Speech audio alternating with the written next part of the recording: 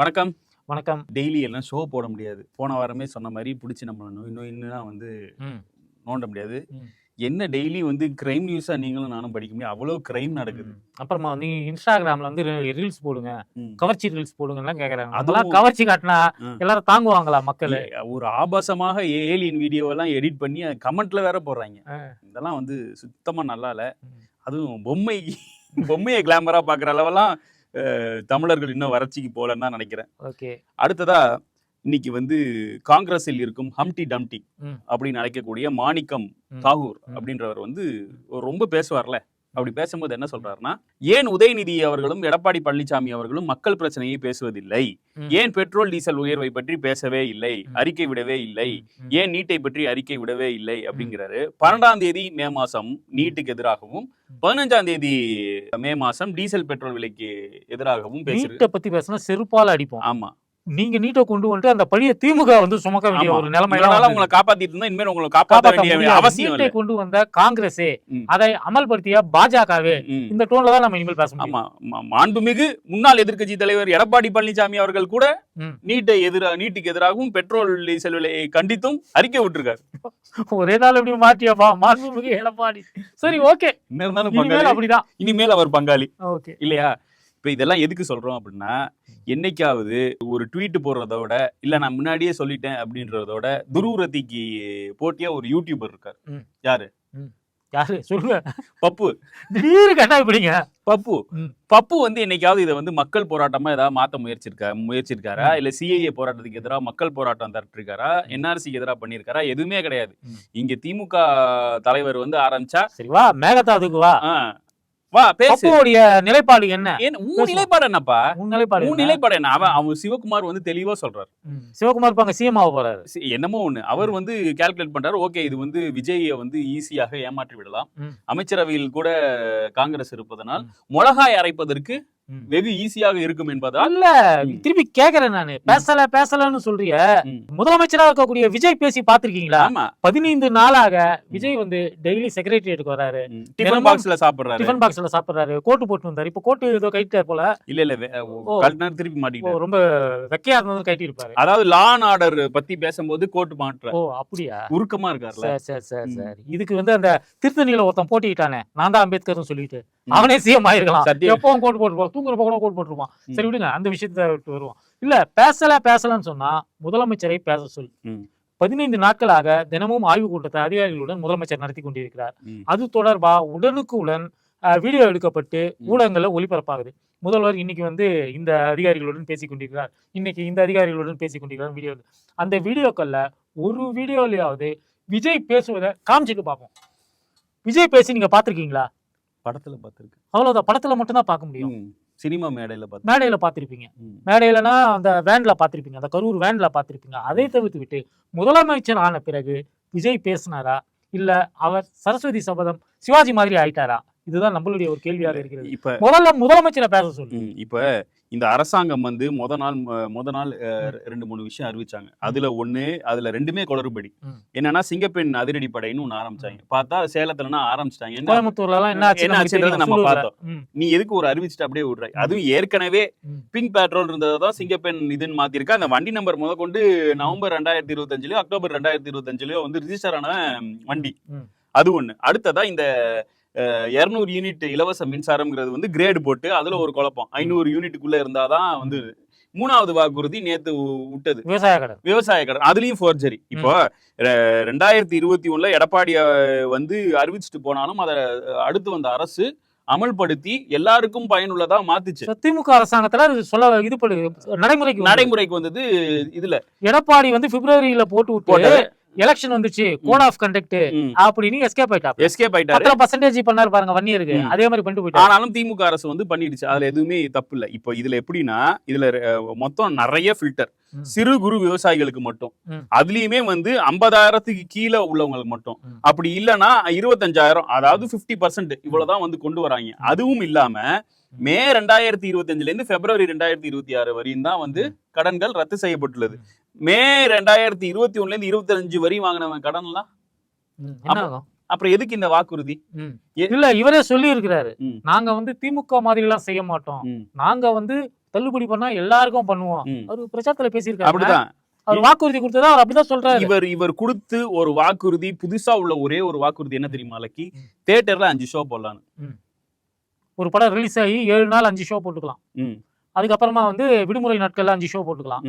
அது உள்ளூர் விடுமுறை நாட்கள்லயும் 5 ஷோ போட்டுக்கலாம். சரி, ஓகே. தீபாவளி பொங்கல்லாம் வந்தாலும் நீங்க 5 ஷோ போட்டுக்கலாம். இதனால் ஒரு படம் வந்து இன்னைக்கு ஓடுறதே 7 நாள் தான். சரி, ஓகே. இதுல ஒரு ஃபிராக்ஷன் ஆஃப் மக்கள் பயனடைவாங்கன்றது விட்டுட்டோம். மற்றது எல்லாமே ஏற்கனவே அமல்ல உள்ளத திருப்பி ஒண்ணுது. இன்னொன்னு அந்த டாஸ்மார்க் 717 டாஸ்மார்க் மூரேட்டு வெறும் 140 டாஸ்மார்க் தான் மூடி இருக்கு. அப்படி அது பக்கத்திலேயே மணமகிழ் மன்றம்னு FL2 பாரும் ஓபன் ஆயிருக்கு. எங்கெல்லாம் டாஸ்மாக மூடுறாங்களோ அங்கெல்லாம் கொஞ்சம் தூரத்திலேயே இவங்க ஒரு பில்டிங்கை வாடகைக்கு பிடிச்சி அந்த பில்டிங்ல ஒரு ரூமை வந்து டாஸ்மாக் ஆக்கிட்டு மீதி இருக்கக்கூடிய இடங்கள்ல சேரை போட்டு மணமகிழ் மன்றம்ன்ற பேர்ல வந்து இல்ல லிட்டரலா மணமகிழ் மன்றம் தான், நம்ம நக்கல் நடிக்கல.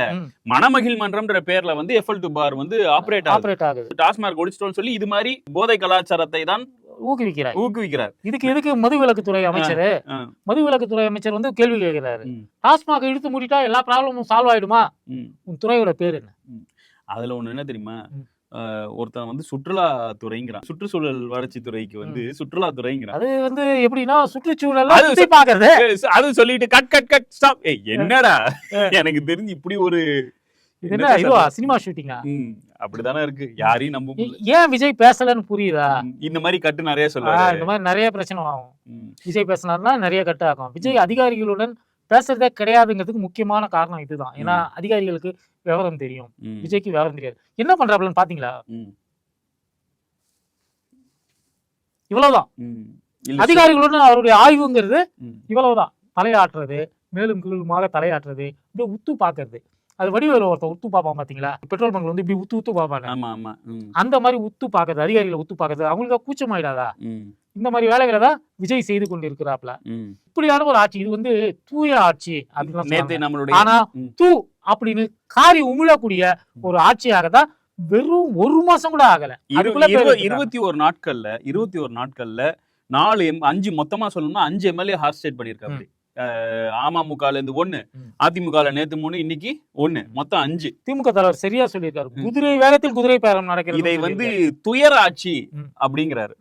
நேற்று வந்து இதற்கு வந்து சப்பை கட்டுறாரு. யாருன்னா அதே காங்கிரஸ் MP ஹம்டி டம்டி. ஆனால் அங்கேயே வந்து சில ரெபலேஷனும் வந்து நடக்குது. எப்படின்னா இந்த ஸ்ரீமங்கள அசிங்கமா கேட்கணும். அஸ்ஸாம்ல பிஜேபி என்ன பண்ணிச்சு?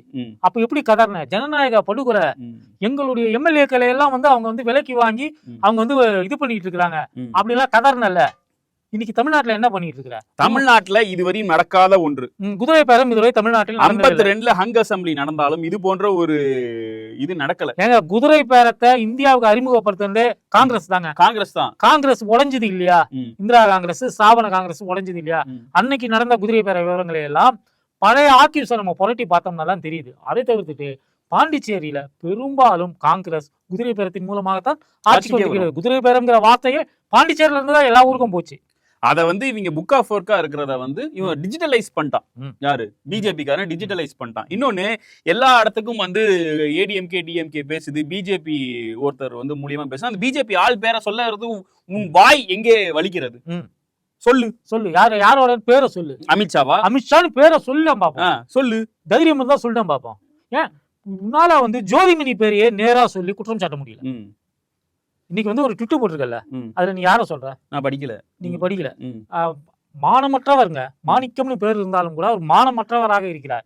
அவர் வந்து அவங்க கட்சியிலேயே வந்து குதிரை பேரம் தவறு அப்படின்னு சொல்லக்கூடிய ஒரு குரலாக ஜோதிமணி இருக்கிறாங்க.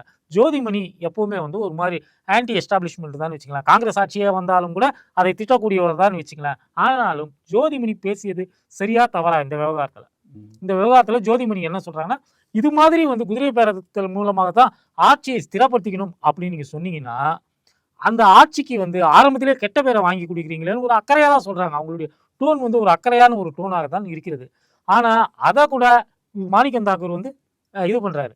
என்ன அந்த அம்மா வந்து என்ன சொல்றது அப்படிங்கிற மாதிரி பேரை சொல்லாமல் ஒரு மாதிரி இழிவா வந்து ஒரு கமெண்ட் அப்படி போடுறாப்புல. இந்த அல்ட்ரா சில்ற MP வந்து போடுறாப்புல. அதே மாதிரி காங்கிரஸில் போட்டியிட்ட ஸ்ரீநிதி, சிங்காநல்லூர் தொகுதியில் ஸ்ரீநிதி அவங்க என்ன போட்டிருக்காங்க அப்படின்னா, எனக்கு வந்து எங்க கட்சிக்காரனா வேலை செய்யல, அவங்க விசில் அடிக்க போயிட்டாங்க, மற்ற கூட்டணி கட்சிகள் வேலை செய்யனாலும் 65,000 சொச்சம். காங்கிரஸுக்கு மட்டும் கிடையாதுங்க, திமுக கூட்டணியில் இருந்த எல்லாருக்குமே திமுக தான் வேலை பார்த்தது. உண்மையில திமுக வேலை பார்க்கலன்னு வச்சுங்களேன். 16 பேர் ஆயிருப்பாங்களா கூட்டணி கட்சியில.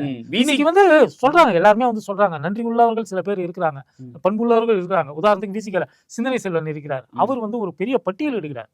திமுக ஆட்சியில் தலித்களுக்கு இந்த விஷயங்கள்லாம் செஞ்சு கொடுத்துருக்காங்க, நம்ம எதையுமே விளம்பரப்படுத்திக்கல. பனையூர் பாபுவும் சொல்லியிருக்காரு. பனையூர் பாபு சொல்லியிருக்கிறார். ஒண்ணும் இல்ல, இப்ப விசிகா வந்து கூட்டணி கட்சிகளுக்கு வேலை செய்யவில்லைன்னு திமுக தலைவர் சொல்ல, விசிகா தலைவரே வந்து நீங்க வந்து கூட்டணி கட்சிகள் இருக்கிற தொகுதிகள்லாம் நீங்க சரியா வேலை செய்யல அப்படின்றத அப்படி சொன்னாரு. இன்னொன்னு, அந்த ஸ்ரீநிதிக்கு வந்து மிரட்டி, நீ சும்மா இருந்தா உனக்கு வாரிய தலைவர் பதவி எல்லாம் நமக்கு கிடைக்கும்ல அப்படின்றத அந்த அம்மா ஸ்கிரீன்ஷாட் எடுத்து வெளியிட்டு. ஆமா, அது யாரு அதை அனுப்பியிருப்பாப்ல தெரியல. ஒண்ணு அந்த வெத்தலை பொட்டியோட இருக்கக்கூடிய சக்கரவர்த்தி பெயர் கொண்டவரா இருக்கலாம், அல்லது மாணிக்கம் என்று தன்னைத்தானே நம்பிக்கொண்டு வாழ்ந்து கொண்டு இருக்கக்கூடிய சர்க்காராக இருக்கலாம், சாவர்கராக இருக்கலாம். இது மாதிரி அது யாருன்னு நமக்கு வந்து கிளியரா வந்து தெரியல. இல்லைங்க, ஒரு விஷயம் நடக்குது, சரி நீ நேரடியாக குதிரை பேரத்தை செய்யற, எல்லாரும் முன்னிலையிலும் செய்யற, ஆனா அதை எவ்வளவு அசிங்கமா செய்யறங்கிறது ஒரு விஷயம் இருக்குல்ல. அதாவது இந்த எம்எல்ஏக்கள் நேரா போயிட்டு ஜேசிடி பிரபாகர் கிட்ட போயிட்டு ராஜினாமா கிட்ட கொடுக்குறாங்க. நேத்து கொடுத்தவங்க எல்லாம் கையெழுத்து பிரதியா கொடுத்துருக்காங்க. ஆமா, அவர் வந்து ரொம்ப ஸ்ட்ரிக்டா இருக்காராம். இன்னைக்கு ஏன்பா டைப் பண்ணி எடுத்துட்டு வந்திருக்க, டைப் பண்ணி எடுத்துட்டு வந்தா ஏத்துக்க முடியாது சொல்லிருக்காரு. எல்லாம் கோட்டை வட்டாரத்துல பத்திரிகையாளர்கள் என்ன பேசுறாங்கன்னா, ஜேசிடி பிரபாகர் சபாநாயகர் வேலையை பார்க்கிறாரா அல்லது எம்எல்ஏக்கள் ராஜினாமான்னு ஒரு துறைக்கு அமைச்சராக இருக்கிறாரா அப்படின்னு கேட்கக்கூடிய அளவுக்கு வந்து ஜேசிடி பிரபாகருடைய இது இருக்கு. 2 நாளைக்கு முன்னாடி ஜேசிடி பிரபாகர் ஸ்ட்ரிக்டா சொன்னாரு, நான் எடுக்க போற நடவடிக்கையை பாருங்க, அதுக்கு பிறகு நான் எவ்வளவு நியாயஸ்தான் அப்படின்னு புரிஞ்சுப்பீங்க அப்படின்னு சொன்னாரு. அவர் எடுக்கக்கூடிய நடவடிக்கை என்னன்னா, குதிரை பேரத்துல எம்எல்ஏக்களுடைய ராஜினாமா கடிதத்தை ஒன்று ஏத்துக்கிட்டு அப்படியே அடுத்த ஃப்ளோர்ல போயிட்டு புஷி ஆனந்தையோ ஆதவர்ஜுனாவையோ பார்த்துட்டு அவங்க தாவேக்காவில் சேரக்கூடிய ஒரு நிலைமையாக இருக்கிறது. தலைமைச் செயலகம் இதற்கு முன்பாக இந்த அளவுக்கு சீரழிந்தது இல்லை. அது என்னங்க கட்சி ஹெட் குவார்டர்ஸாங்க, இவங்க ராஜினாமா பண்ணிட்டாங்க, இந்த குதிரைகள் ராஜினாமா ஓட்டிட்டு போ, பனையூருக்கு ஓட்டிட்டு போ. அது என்ன இங்கேயே வந்து அந்த குதிரைக்கு வந்து மூக்கணாங்கயிறு கட்டுறது, அந்த குதிரைக்கு சேனத்தை போடுறது, அது எத்தனை போய் பனையூர்ல செய்ய. பனையூர் 18 கிலோமீட்டர் தூரத்துல இருக்கு அப்படிங்கிறதுனால வந்து நீ செக்ரட்டரியேட்டை வந்து ஒரு கட்சி ஆபீஸாக பயன்படுத்துவியா? இது சட்ட விதி மீறல். கவர்னரிடம் போய் எதிர்கட்சிகள் புகாரே செய்யலாம். எடப்பாடி செய்யணுங்க அதை, ஏன்னா அவர் கட்சியில இருந்தா எம்எல்ஏக்கள் போயிட்டு இருக்காங்க.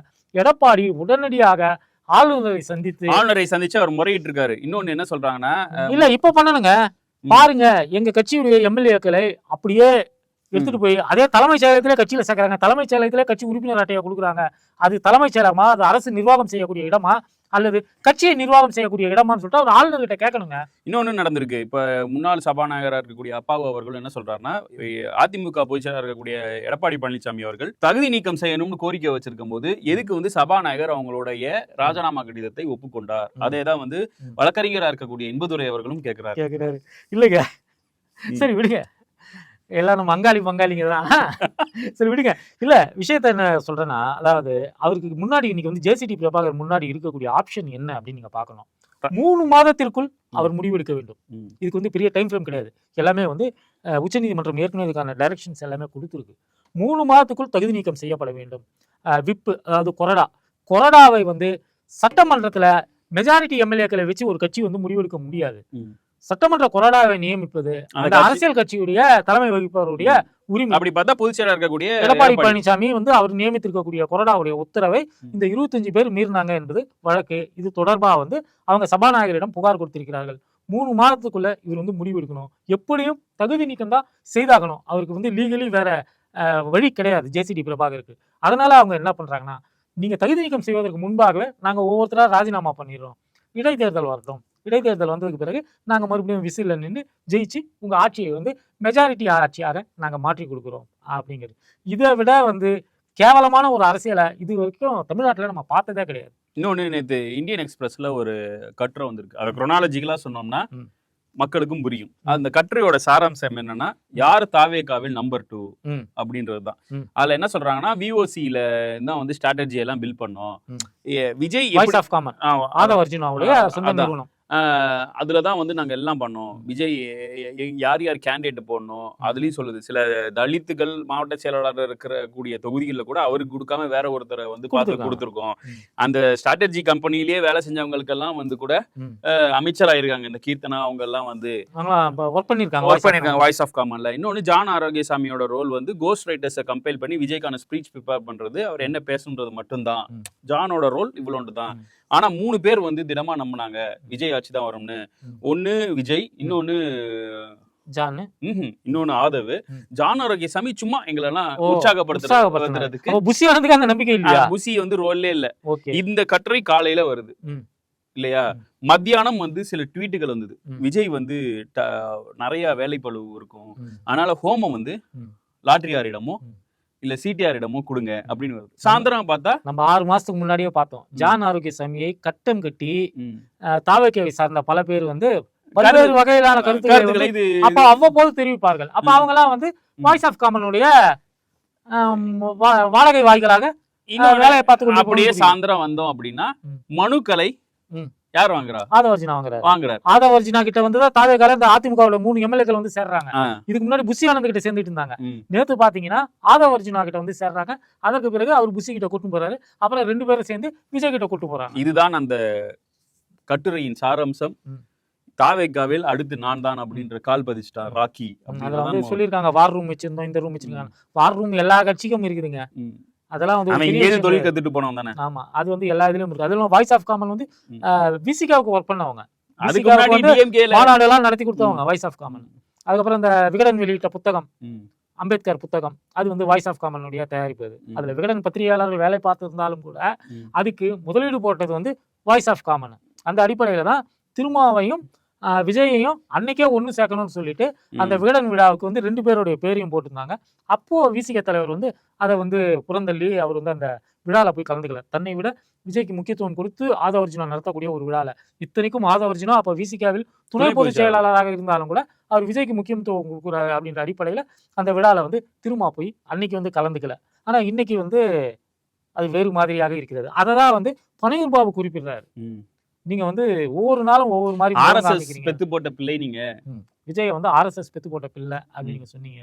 இன்னைக்கு நீங்க அவரோடய போய் சேர்ந்தீங்கன்னா என்ன அர்த்தம் அப்படின்றத கேட்டு நீங்க அவரை போய் தத்து எடுத்துக்கிட்டீங்க அப்படின்றாரு அவர். தத்து எடுத்து சொல்றாரு. மீண்டும் நேரம் இருந்தால் வாய்ப்பு இருந்தால் அடுத்த பூமியில் சந்திப்போம். நன்றி, வணக்கம்.